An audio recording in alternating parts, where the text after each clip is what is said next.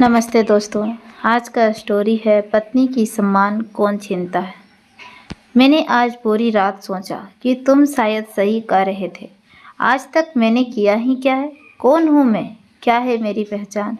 चाहती तो थी कि मैं भी आसमान में उड़ना, मगर उड़ने से पहले ही मेरे पंख काट दिए गए। सपना देखने से पहले ही सपना तोड़ दिया गया। शादी के 30 साल बाद आज उन्होंने बातों ही बातों में किसी बात से नाराज होकर सबके सामने कहा, तूने आज तक किया ही क्या है? सिर्फ घर पर खाना बनाना और बच्चों को संभालना, और वह भी ठीक से नहीं कर सकी। बच्चे भी तुम्हारी सुनते कब हैं? वो अपने मन की ही तो करते हैं। इतने सालों में तुमने उनको कुछ नहीं सिखाया, तभी इतने बिगड़ गए हैं ये दोनों बच्चे। अपने पति की ऐसी बात सुनकर आज पूरी रात सुनीता को नींद नहीं आई। सुनीता सोचती रही, रोती रही और बुदबुदाने लगी। सच में मैंने आज तक किया ही क्या है? अगर मैंने आज तक इस घर के लिए सच में कुछ नहीं किया, तो अब मेरा यहाँ रहने का कोई मतलब नहीं। कहाँ जाना है पता नहीं, मगर बस अब और नहीं। ये सोचते हुए सुनीता अपने पति विशाल को एक चिट्ठी लिखने लगी। मैंने आज पूरी रात सोचा कि तुम शायद सही कह रहे थे। आज तक मैंने किया ही क्या है? कौन हूँ मैं? क्या है मेरी पहचान? चाहती तो थी कि मैं भी आसमान में उड़ना, मगर उड़ने से पहले ही मेरे पंख काट दिए गए। सपना देखने से पहले ही सपना तोड़ दिया गया। बाबा ने कहा, शादी की उम्र बीती जा रही है, मुझसे पूछे बिना ही मेरी शादी करवा दी गई। बाबा का तो मानो बहुत बड़ा बोझ उतर गया। ससुराल में मेरे लिए हर कोई अजनबी सा था, मगर माँ ने सिखाया था कि अब अही तुम्हारी दुनिया है, अही तेरे अपने। अब से इन सबको ही तुम अपने माँ बाबा और भाई बहन समझना। पति तेरे लिए परमेश्वर हैं, इनकी कोई बात मत टालना। सबको प्यार दे, अपना बना ले। माँ की बात मान के मैंने सबको अपना बनाया। मुझे क्या पसंद था और क्या नापसंद, इसके बारे में कभी सोचा ही नहीं। इतना लिखते लिखते उसकी आंखें डबडबा उठी, अक्षर झिलमिलाने लगे। चश्मा उतार कर आंखें पोंछी, फिर लिखना शुरू किया। सुबह को आपकी कॉफ़ी और नाश्ता, बच्चों का लंच बॉक्स, बाबा की डायबिटीज़ की अलग से दवाई, नाश्ता, माँ के घुटनों की तेल मालिश, आपका टिफ़िन, मार्केट जाना, शाम के खाने की तैयारी करना, माँ को इलाज के लिए बार बार अस्पताल ले जाना, बच्चों को पढ़ाना, उनकी शैतानी बर्दाश्त करना, आपका दोस्त मेहमान बनकर अचानक से आए तो उनके लिए खाना बनाना। बस इतना ही तो किया है मैंने, और क्या किया है? इसलिए अब मुझे और कुछ करना है। अब मैं जा रही हूँ, ये तो नहीं जानती कि कहाँ जाऊँगी, मगर मुझे जाना है। पर तुम अपना ख्याल रखना। फिर सुनीता चिट्ठी टेबल पर रख कर चुपचाप घर से बाहर निकल पड़ी। सुबह होते ही बाबूजी अपनी दवाई, नाश्ता और अखबार के लिए बहू को आवाज़ देने लगे। उसके साथ ही माँ भी अपने घुटनों के मालिश के लिए बहू को आवाज़ देने लगी। बच्चे भी, माँ हमारा ब्रेकफास्ट कहाँ है? कोई जवाब ना पाकर चिंतित हो उठे कि आज माँ कहाँ चली गई।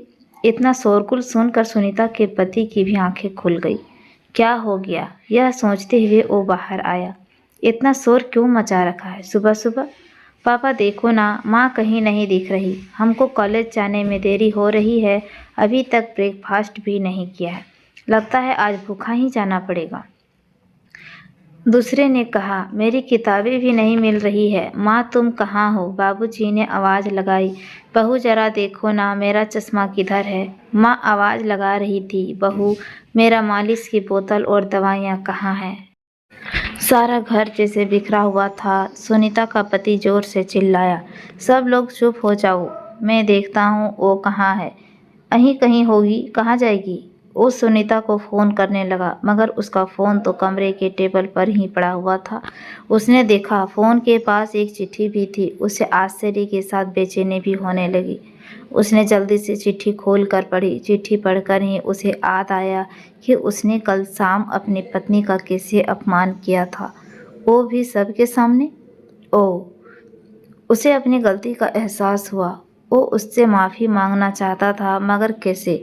उसका कोई अता पता नहीं था। उसने उसके मायके और उसकी सहेलियों सबको फ़ोन करके पूछा, मगर किसी को नहीं पता था कि वो कहाँ है और किस हाल में है।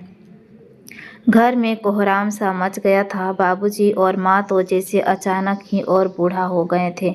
उनकी दवाइयाँ, उनका तेल, उनका चश्मा, सब कुछ जैसे भूल गए थे। उनकी भूख प्यास भी बंद सी हो रही थी।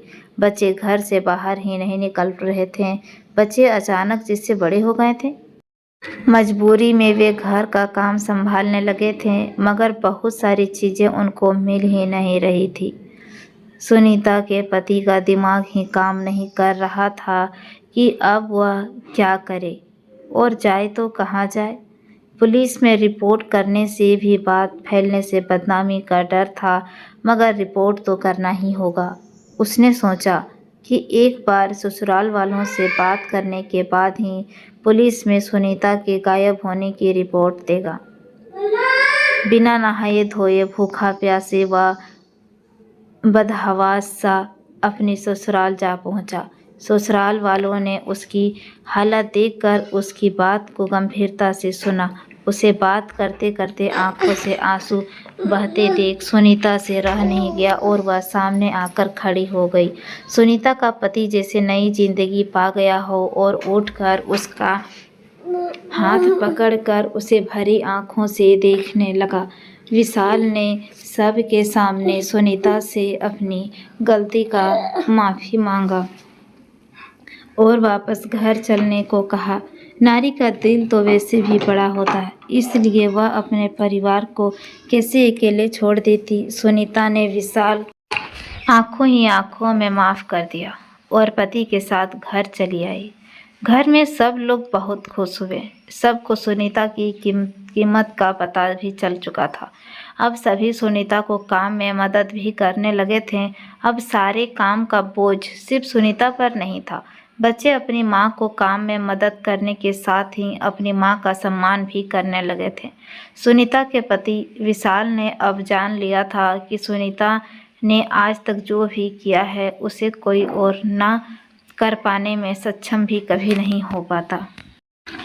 दोस्तों, आपको ये स्टोरी कैसी लगी मुझे कमेंट्स में ज़रूर बताइएगा। साथ ही हमारे चैनल पे नए हैं तो चैनल को सब्सक्राइब करें और अपने दोस्तों के साथ शेयर ज़रूर कीजिएगा, ताकि हमारी मेहनत में रंग भर सके। पूरा वीडियोज़ देखने के लिए आपका बहुत बहुत धन्यवाद।